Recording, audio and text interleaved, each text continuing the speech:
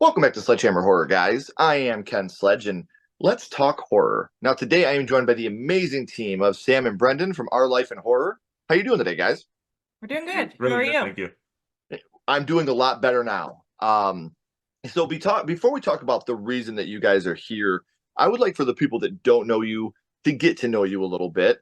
They have a podcast they've been doing for a little over a year now, and recently started a brand new YouTube channel to try to reach a little bit of a broader audience.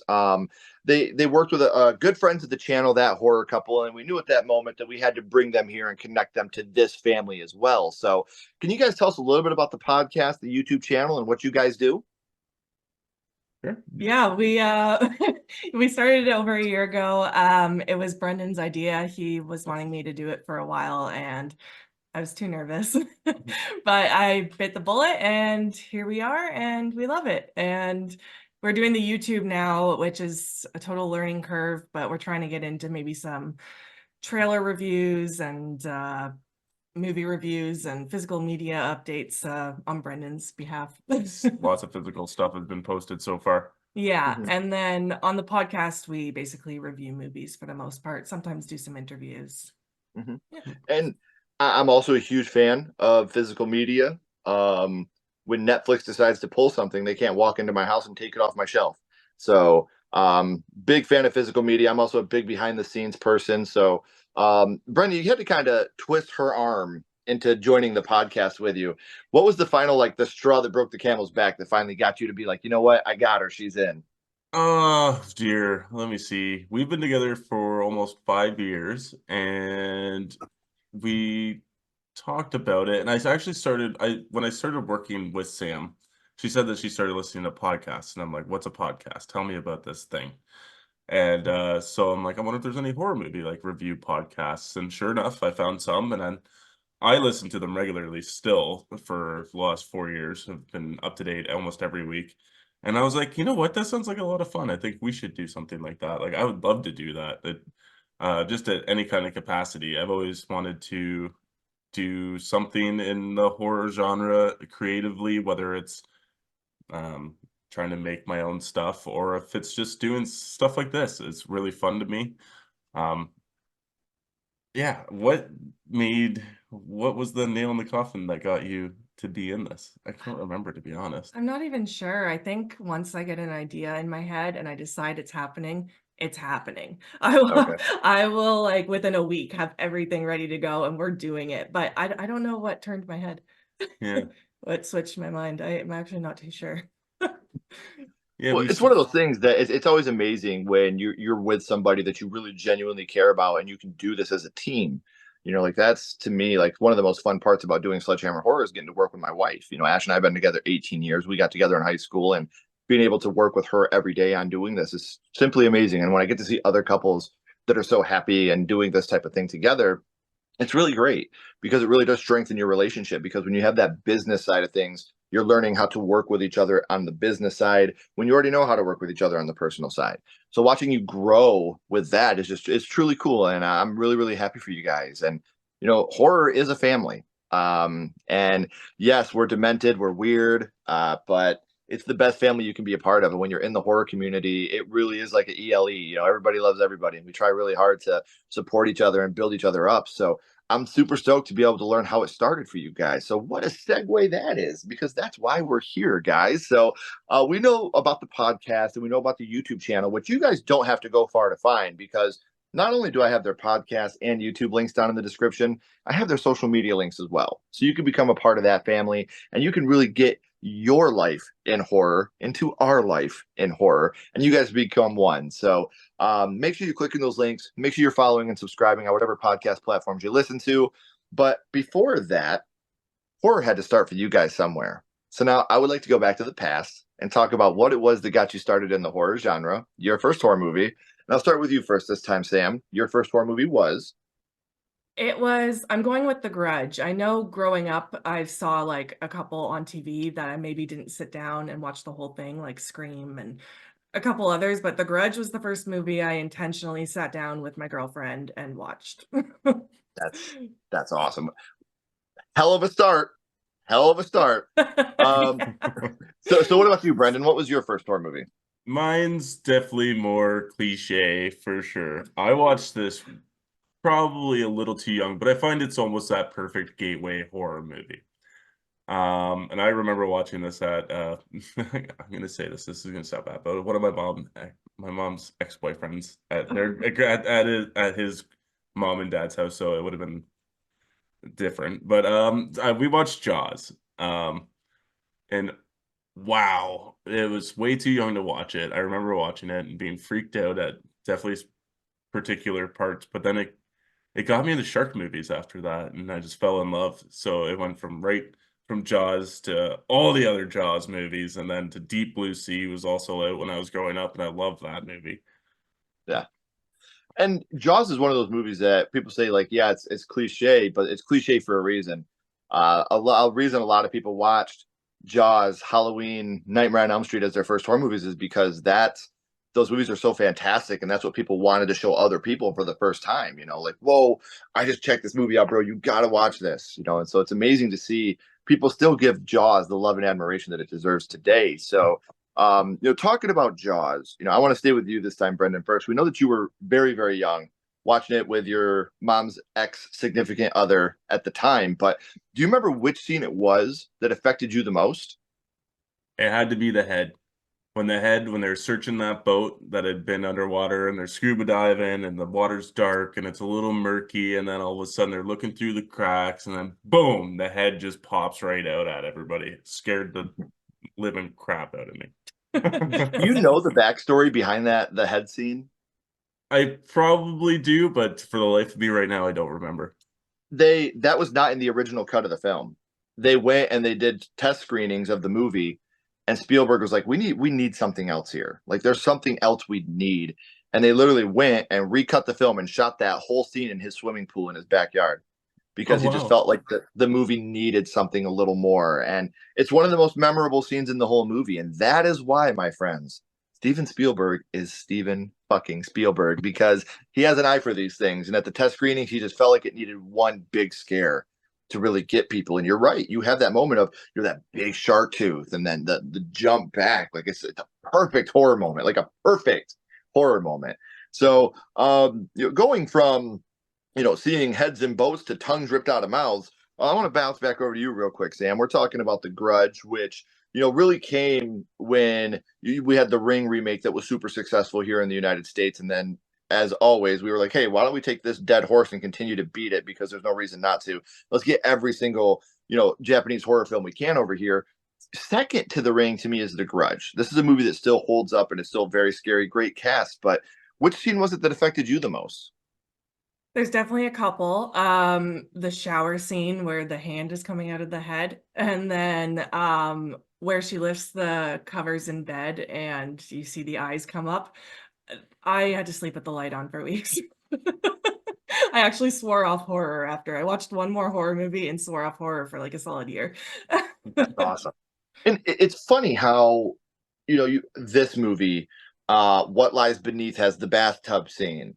Psycho has the shower scene. And when are we more vulnerable than when we're in the shower? And you're in the shower Mhm. and you feel someone's hand on your head. Like, what the fuck? What the hell is happening? Like, a great, great scene that honestly, back then we didn't care about trailers as much. There wasn't trailer reaction, but we saw that in the trailer, but we still were freaked out by that moment because that's how big of a moment it is. So we know that, there was a couple scenes that affected you a lot, Sam, but what would you say your favorite scene from The Grudge is? Um, Probably still the shower scene. Yeah. And I find It's this movie does a really good job at like scaring you to do simple things in life, like showering, going to bed, walking in a stairwell. It just makes you scared to go about life, kind of like Final Destination in a little bit. Mhm. Or going down an elevator because there may be the same Yes. kid on every single level Yep. looking Yeah. at you. The fastest damn kid in the world run down those stairs. So we know what your favorite scene is, but Brendan, I want to bounce over to you real quick. You talked a little bit about how after you had seen Jaws, you kind of went on a shark frenzy at that moment. And as we know, Jaws is the part of a four-film franchise at the moment. Please God, let it stay like that forever. But which Jaws film is your favorite in that franchise? Is it still the first one? It is. I haven't watched the franchise in a while. In fact, I just this year picked up Jaws Jaws and Jaws 2 on 4K. I still haven't managed to open up the box yet, but I'd still like to say the original, but I do really like the second one as well. I think it's kind of underrated because I know it doesn't get quite enough love that I think it deserves. I think Jaws 2 is extremely underrated. Absolutely. I love Jaws 2. I think it's a fantastic. Everybody talks about the Jaws sequels like, oh, they're so terrible. I'm like, yeah, a couple of, the last two aren't very good. I get it. 3D and The Revenge, but Jaws 2 is a fantastic follow-up to Jaws. Obviously, I think Jaws should have been a standalone. I don't think they should have ever sequeled or anything like that, but still, if the worst thing you do is make Jaws 2, you've done something right, because I feel like that movie is really, really well. So, Sam, as always, remakes, requels, sequels, like we're talking about, it's kind of all the rage in Hollywood. And we did get a Grudge remake a couple years ago. Did you see the Grudge remake? And if so, were you a fan? We went to the theater for it, right? Yep. To be honest, I don't remember it that much, so that just says a lot. It's not too memorable for me. Extremely forgettable. All I remember is it had John Choi and it had Yes. oh my gosh, are you serious? My queen. I'm thinking Elise because that's her name in Insidious, but Lin Lin Shaye. Shaye. Lin Shaye, for the fuck's sake. Oh my god. I remember she was in it, but she had just a small role, and Kayako wasn't in it. Like, it wasn't Kayaku in the film. And so I was like, the fuck are we doing here? Like, this isn't like, well, you can't remake The Grudge and still do the and all that shit without Kayako. Like, it doesn't make sense. Like, doing The Ring without Samara. Like, it didn't make sense to me. But I agree with you. I think it's extremely forgettable. I watched it once and that was good. Didn't need to watch anymore. Yeah.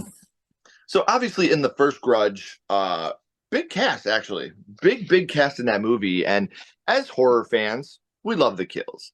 Kills is something we come for, we live for. Which kill was the one that affected you the most from the first Grudge film? Oh gosh, it's been a while. We did this on the podcast. We did do it on the podcast too, and I still can't even remember. That's so sad. Well, there's the Jaw ripoff, which you kind of just see the aftermath. Right. Wasn't that Raimi? Ted Raimi, I believe, sees the aftermath of this girl. I think that is the one that I picked when we did an episode on it. Okay. Yeah, so I'll go with that. I'm sorry. Yeah, no, that's fine. I remember Ted Raimi seeing the girl, and you're just like, no thanks. You stay over that way. We're good.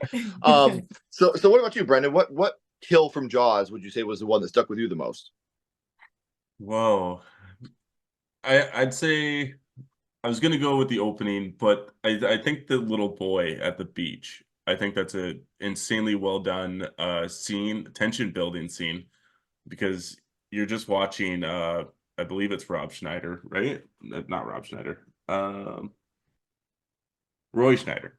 Yeah. You're watching Roy Schneider on the beach, tense because he doesn't like water. He knows there's a shark in the beach with all of these people out there living, loving life, and he sees this shadow in the water and he starts to freak out, starts to lose it. Sure enough, it's just a school of fish. Nothing to worry about. Tensions, eased off. Everybody's calm.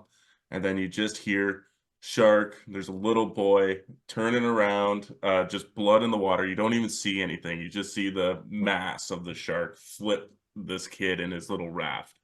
And then it's done. It's just incredible. And there's that Spielberg shot. I don't know what it's called, but yeah, exactly. When you had that quick zoom shot right in on its face, like one of the most iconic shots in the movie. And like when we talk about iconic, especially with Jaws, like that shot is something everybody remembers. You have two of my favorite quotes from any movie with like, "You're gonna need a bigger boat."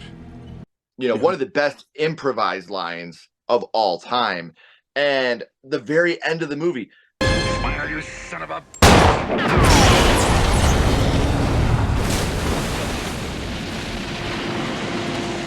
Like that's another one. He doesn't say bitch, but every time anybody watches that movie, we all say smile, you son of a bitch, because we know what he's gonna say. But another scene that's just like, oh my god, it's so great. Like it's masterclass in cinema for a reason. So I started with you last time, Sam. So now you get to kind of be a cheater, pumpkin eater, and you get to think about this next question for a little bit because, Brendan, you're going to be on the spot here. We'd like to talk about your guys' first horror movie and what they mean to you, but now, here for a second, I do want to throw a little bit of a curveball at you. My little buddy Ghostface is here, and he has a question for you. What's your favorite scary movie, Brendan? What is your favorite horror movie of all time? Oh, I get asked this a lot, and it's such a hard question to answer. But when it comes down to it, the first thing I think of is Army of Darkness. Bruce Campbell, Sam Raimi, Medieval Dead, baby. Bring it on. It's groovy. That's what they should have named the movie, was Medieval Dead. Like, that Right. should have been the name of that film. God damn, we're talking about quotable movies. Holy shit. Give me some sugar, baby. I get it, man. I adore that movie. So I'm going to ask her. Give me a goddamn second. Jesus Christ. All right, Sam, it's your turn. What's your favorite scary movie, Sam? What is your favorite horror movie of all time? This is easy for me. Friday the 13th, 2009. Ooh. Which I get made fun of by our buddy Rob all the time for it, but I don't care. I love it. It's the perfect slasher movie for me. Yeah, I think while it may not be my favorite, I got a lot of love and respect for that movie. I think the opening is one of the best openings in all of horror history. Yes. I put it up there with Scream as just like, what a fucking opening to a film. Like, how are you going to follow this up? And I adore, and I mean I adore Lawrence and Chewie. I think they are fantastic. I love them to death. Their characters are so funny. The moment when Chewie's walking out of the house, he's like, "Hi, my name is Trent. My daddy bent me over this chair and beat me when I was little, so you need to fix it." that whole scene to me is just so damn funny, and I get it. I love the movie. I think it's fantastic. One of the better horror remakes, just in my own little personal opinion. So I've had an amazing time talking to you guys about your channel, talking about your first horror movies and your favorite horror movies. But before I let you go, we always bounce back to the same question. And I'll start with you first this time, Sam. We're going to go back to The Grudge. And what we're going to do is rank this movie on a skull count. Now, we're not ranking this on acting, production, score, direction, nothing like that. We're not being critics. What we're doing here, Sam, is strictly ranking this movie on how much it affected you on your first viewing. So 0 skulls being not effective, 5 being extremely effective. You can use half and quarter skulls anywhere in the middle. Sam, what would your ranking of The Grudge be? Oh, it swore me off horror for a year. So, I mean, it's a 5 for sure. When you said that at the beginning, I was like, well, I know how this last question is going to go. So Yeah. you got to be a fan of that. So what about you, Brendan? What would you say for Jaws? What would you rank that? I would probably say a 4. 4 Mhm. skulls. Yeah, which is a fair ranking. Like I said, like I showed my kids Jaws, and they were like, "Fuck is this, Dad? This isn't scary." I was like, "You're grounded. You get to your fucking room." So I know I said it at the beginning, guys, but we're at the end of the third act. The credits are about to roll, and the curtain's about to drop. But before that happens, make sure you're following this amazing couple on social media, wherever you get your podcasts, and subscribing on YouTube. Those links are right down in the description, so you don't have to go far to find them. I try to make your life as easy as I can. Sam and Brendan, please don't go anywhere. I got a couple more questions for you. Everyone else, if you haven't already, please like and subscribe. It helps to build the channel more than you know. And follow SledgeHammer Horror on social media. Our links are down in the description as well. But